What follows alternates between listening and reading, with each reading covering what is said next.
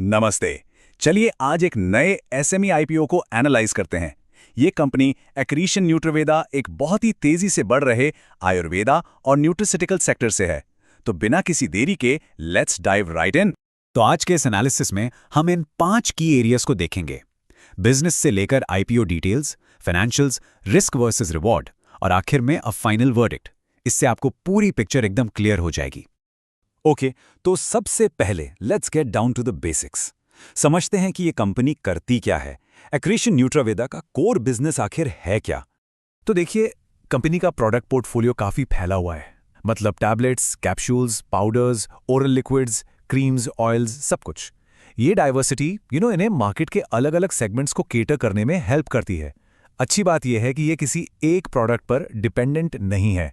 अब एक बहुत इंटरेस्टिंग चीज है इनका बिजनेस मॉडल। ये एक सीडीएमओ की तरह काम करते हैं। सीडीएमओ मतलब contract development and manufacturing organisation. आसान भाषा में कहें तो ये सिर्फ अपने ब्रांड के लिए प्रोडक्ट्स नहीं बनाते, बल्कि दूसरे बड़े ब्रांड्स के लिए भी कॉन्ट्रैक्ट पर मैन्युफैक्चरिंग करते हैं। और इससे होता क्या है, इन्हें एक बहुत ही स्टेबल, प्रिडिक्टेबल रेवेन्यू स्ट्रीम मिल जाता है। और हाँ, ये सर्टिफिकेशंस WHO, GMP, ISO ये सिर्फ क्वालिटी स्टैंप नहीं है, ये बहुत ज़्यादा ज़रूरी है। इनसे ना सिर्फ डोमेस्टिक मार्केट में बल्कि एक्सपोर्ट मार्केट्स में भी एक ट्रस्ट बनता है। और जब आप एक्सपैंड करने का सोच रहे हो तो ये ट्रस्ट फैक्टर एक बहुत बड़ा प्लस पॉइंट होता है। ठीक है, बिजनेस समझ लिया। अब आते हैं आईपीओ की डिटेल्स पर।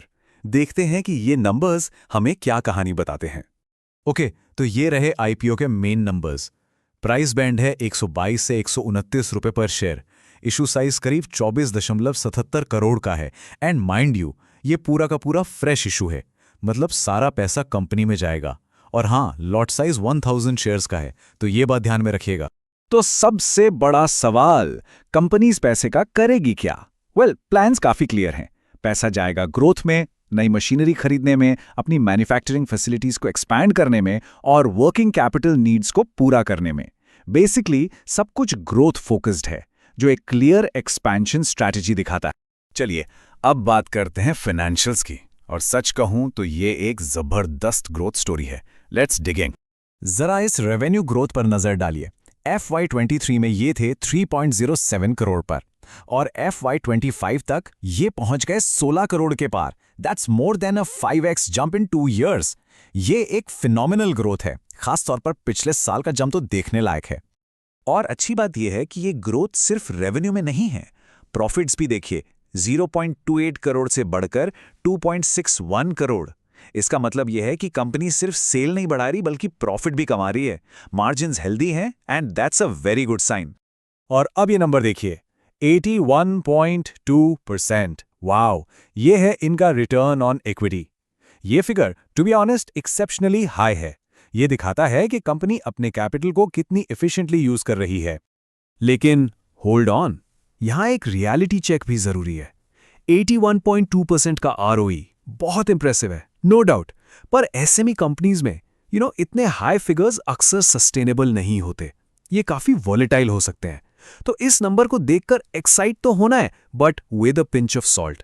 इसे लॉन्ग टर्म में मेंटेन करना एक बड़ा चैलेंज होगा। ओके, तो अब आते हैं एनालिसिस के सबसे क्रूशियल हिस्से पर। ताकतें क्या हैं और जोखिम क्या हैं? Let's weigh the pros and cons. तो देखिए, एक तरफ है strengths, diversified products, solid quality certifications, जबरदस्त फाइनेंशियल ग्रोथ और एक्सपीरियंस्ड प्रमोटर्स। ये सब बुल केस है। लेकिन कॉइन का दूसरा साइड भी है, रिस्क्स।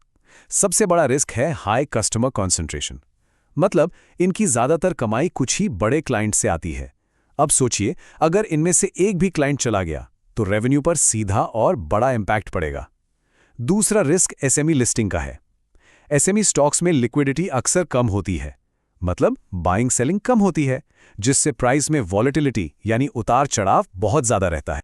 अब जरा इनके कॉम्पिटिटर्स को देखते हैं। वॉलमार्ट, इनफ्लक्स, ये रेवेन्यू में एक्रेशन से काफी बड़े हैं, लेकिन यहां पर एक कैच है। एक्रेशन का पीएटी मार्जिन और आरओई देखिए, वो अपने पीयर्स से कहीं बेहतर हैं, स्पेशली आरओई। तो कहानी यह है कि कंपनी भले ही छोटी है पर बहुत ज्यादा एफिशिएंट है। पोटेंशियल तो है पर स्केल अभी भी एक चैलेंज है। तो business, financials, pros and cons सब देख लिया। अब आते हैं आखिरी सवाल पर, वर्डिक्ट क्या है? शुड यू अप्लाई और अवॉइड? तो द मिलियन डॉलर क्वेश्चन, क्या ये आईपीओ सच में कंसिडर करने लायक है? देखिए, अगर आपका इन्वेस्टमेंट होराइजन लॉन्ग टर्म का है, से 3 से 5 इयर्स, तो ये आईपीओ काफ़ी इंटरेस्टिंग लग सकता है, क्योंकि इस सेक्टर में ग्रोथ पोटेंशियल ज़बरदस्त है। कंपनी के सर्टिफिकेशंस और एक्सपोर्ट फोकस इसे सपोर्ट करते हैं, और फाइनेंशियल ग्रोथ तो हमने देखी ही। तो yes, long term wealth creation के लिए इसे कंसिडर किया जा सकता है। लेकिन अगर कोई सिर्फ शॉर्ट टर्म लिस्टिंग गेन्स के लिए पैसा लगा रहा है, तो यहां थोड़ा सावधान रहने की जरूरत है। जैसा हमने पहले भी बात की, एसएमई आईपीओज में लिक्विडिटी कम और वॉलेटिलिटी बहुत ज्यादा होती है। लिस्टिंग डे पर प्रीमियम मिलेगा या नहीं, ये कहना बहुत मुश्किल है। So for short term players this is a high risk game. Approach with caution. तो इसे समराइज करने के लिए हम कह सकते हैं कि ये एक पेशेंट इन्वेस्टर के लिए एक बहुत ही प्रॉमिसिंग ग्रोथ स्टोरी है, लेकिन एक शॉर्ट टर्म ट्रेडर के लिए ये एक बहुत वॉलेटाइल यानी उबड़ खाबड़ राइड हो सकती है। और आखिर में मैं आपको इस एक सवाल के साथ छोड़ना चाहूंगा, क्या एक छोटी कंपनी में इतनी तेजी से ग्रो करने का पोटेंशियल लो लिक्विडिटी और हाई वॉलेटिलिटी जैसे बड़े रिस्क लेने के लिए काफ़ी है? इसका जवाब हर इन्वेस्टर को अपने रिस्क एपेटाइट और इन्वेस्टमेंट फिलॉसफी के हिसाब से खुद देना होगा।